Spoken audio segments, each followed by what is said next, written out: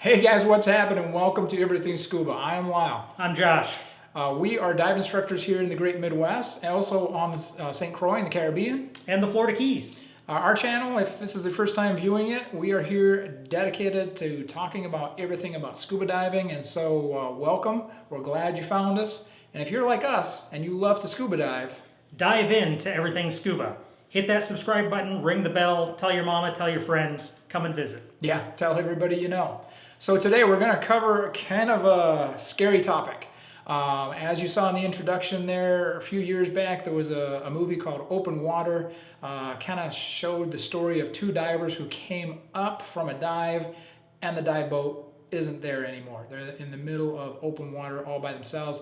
Obviously, it's a little bit sensationalized from a Hollywood perspective, but we wanted to talk today a little bit about what would happen in the worst case scenario when you're boat diving. And we've done a whole series on boat dives. If you haven't seen any of those, click the link up above Josh's head and then come back and rejoin us. But today we're going to talk about what if the boat is not there when you come back up from a dive and the factors involved and how that might happen. And what else could we talk about? Maybe you're on a dive, but you were separated and you surfaced and you were quite a distance from the boat. And so we'll talk about that as well. There's a couple of things that we did not cover in those two episodes. The first would be emergency recall of divers. If there is an emergency with a diver that they've brought back on board, or an actual emergency with something happening on the boat, what would the captain tell us to do? Typically what I've seen is they're going to use a lead weight and bang on the ladder in the water, and that's going to be your signal to recall, come back to the boat. Yeah, so those things definitely should happen. We talked about losing a diver, how the boat just left without us. How do we ensure that that doesn't happen? What should a company do to make sure that they know everybody's back on board? Yeah. So a good company is going to have some system of roll call for divers when they first get on the boat to make sure everybody has made it to the boat and has all their gear. But then every time you get in the water, when you get back onto the boat, you expect them to take roll somehow. They want to ensure that all divers are back on the boat safely. Yeah, and so if these things don't happen when you're with a company boat diving, you should probably question, should I be diving with this company? Other things about the crew, the dive master or the instructor, they're going to probably get in the water with you and lead the dive. The captain, however, I'm guessing if we're going to be on a 45-minute dive, he's just going to put up his hammock, take a little siesta, and just hang out and wait for us. I think that's what people assume, but no, the role of the captain is important as well. They're going to be watching. You know, sometimes you're on a dive, you're just not feeling it. My wife gets vertigo. Sometimes she needs to end the dive early. She's going to ascend without the group and go back, and the captain is in charge of getting her back on board at that point, making sure that either the group knows that she's back on board. If there's an equipment issue and you just need to get something, maybe you need a weight, maybe you've dropped something, and you want to communicate that. So the captain's kind of in charge of all that, as well as keeping track of where divers are. Yeah, absolutely. It's not like he's just taking a nap. One other thing, guys, that we should emphasize is in the world of scuba diving, we just have an understanding that if you get to a dive site, conditions aren't exactly what you're comfortable with, or you're just not feeling it that day, and you want to call the dive, sometimes that's the best choice to make. The best way to avoid an accident is just not get in it in the first place. So there's always the option of just saying, no, not diving. I've done it a couple times myself. There's no harm and certainly no shame in just saying, I'm not going diving today. If any of you guys out there have any stories about getting lost, getting separated from your group, or, you know, God forbid you come up and the boat's not there, those would be some crazy stories to hear in the comments below. Any specific surface signaling devices that you like to use or carry with you, again, Josh and I love learning about new stuff, and if you have it, leave some comments down below. So what are some factors that might lead to you not making it back to the boat or becoming separated? So number one, I think I see is we get in the water and there's lots of cool things to see, and the group splinters, and there's people 100 feet away from us doing their own thing, and particularly if you're in a little bit of current, suddenly they're not with you anymore. So we're not saying you need to dive on top of each other. No one wants that, but be attentive to where's the group, where's the leader. Try to stick with them. Don't lose the group as you're diving. Drift diving. We haven't really covered anything about drift diving on Everything Scuba. We plan to have a full episode talking more about drift diving and the techniques involved. But first of all, let's define what is a drift dive. So a drift dive is, I think of it as a one-way dive as opposed to an out and back.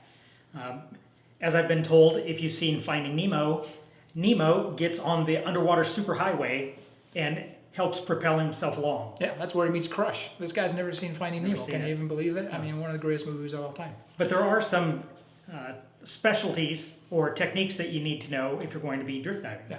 So with a drift dive, there is the potential based on conditions and how you're drifting with other people.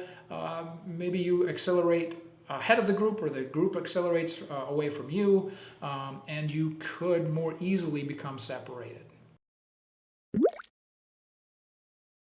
Changing weather conditions can be another factor that can affect your ability to get back to the boat. Now, a good dive organization, that's part of their job. That's part of the captain's job, is to watch weather, watch the conditions, and try to not put you in harm's way. But it could happen. Yeah, certainly there's times when weather can change unpredictably, and it's outside of the crew's ability to predict that to happen. Josh and I actually, we've had a dive where we were at 30 to 40 feet for about an hour on a dive. And at that depth, you have no idea what's occurring on the surface. We came up, and it's 4 to 6 foot seas. I mean, it's like a mini hurricane. It's impressive. And so trying to get back to the boat was a struggle. Next, let's talk a little bit about what happens if we become separated to the point where we can't get back to the boat, or we're too far away from our group, or we come up from a dive and the boat is gone. Regardless of whether you're afloat at the surface because you're caught in current and being pushed away from the boat and you can't get back to it, or you come up and there is no boat there, what is the first thing as divers we should do? So the first thing, we want to stay at the surface so we can breathe. So we have to create positive buoyancy, or we need to make sure we are positively buoyant. Yeah. That may involve ditching our weights. Yeah, so your open water class, we kind of drilled into your head the ability to become positively buoyant at the surface, either orally inflating or inflating your BCD, and then emergency weight drop, getting rid of weights. Assuming that you are not completely by yourself, if you're with a buddy or with a group, stick together. Don't separate from the group. If you have to tie yourself together, if you're in rough enough conditions, find a way to clip yourself off and make sure you stick together as a group. Your likelihood of chance of survival and being found much better than being by yourself. So the boat's gone, but I can see land. Mm-hmm. Should I swim to it? What should I do? Sure. I mean, your decision to swim and get back ashore, certainly that's going to be an individual choice. It kind of based on weather conditions, current. You could swim for hours and hours against a current and never make it anywhere. So there are stories of divers out there who have swam for miles and miles to make it ashore on a rock. But if you can get ashore, get ashore. Previously, we've covered surface signaling devices in a series of videos. They're not the most exciting things to talk about, and as divers, it's not the most exciting gear for us to talk about. But in the scenarios that we have described, they could be life-saving.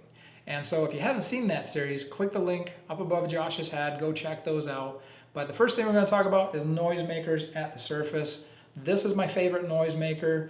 This is a storm whistle. It's about a $5 or $6 purchase through Amazon or any good dive retailer. This works via, well, geeky science stuff here, but the Helmholtz effect. When you blow into this, you can create 120 decibels of sound. You can actually blow it underwater, which I'm not sure why you'd want to do that, but on the surface, this can be heard up to a mile away. So check out the storm whistle. You're also going to need an SMB or some kind of an inflatable surface marker buoy. This one is a giant one from Dan. Has lots of perks. Lyle's already gone over that in another video. You can see that above if you want. But this one has a few different things. It has multiple ways to inflate it. We can orally inflate it. We can use our low pressure inflator hose to inflate it. We can also inflate it. This is really a DSMB. We can inflate it with our Octo or an inflator if we have one. But we need to size this based on the water we're in. If we're on a flat, calm lake, there's no point in having an 8-foot SMB because a 3-footer will be enough. If we're out in the middle of the Atlantic, I'm not sure even a 6-footer would be enough. You know, so you need to size that to where you're at. Yeah. This is definitely my favorite SMB. Like I said, we've reviewed this in the past, but a couple other items about this SMB. It has a integral metallic core, which is reflective to radar. So if you're afloat at the surface and you got vessels out looking for you, it's going to reflect back your signal to you. It's got this nice metallic coating. Again, this is really highly reflective to light. And this has 40 pounds of lift when it's fully inflated. So this is another thing that could keep you buoyant at the surface. You can buy it as a kit, and you can see actually Josh has attached right here. We've got a little light on the top of that, so you know if you're adrift at night and the sun's going down, you can turn this light on and hopefully help people find you. So speaking of lights, I always carry a dive light with me, even if I'm not on a night dive. One of the primary factors in people being rescued while adrift at sea is the ability to see them at night. And so having a flashlight with you that you can signal with, critically important. This is the Sea Life 1300. I typically dive with the 900, but this is a really nice light in a couple of ways. Again, we've demoed this before, but this light obviously becomes just a normal flashlight. I can adjust its intensity, but if I'm at the surface and I want to signal someone, this also turns into a strobe.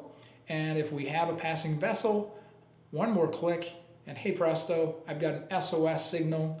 If I want to tie that onto the top of my SMB so I can signal that passing vessel, don't get missed at night. Make sure and have a dive light with you at all times.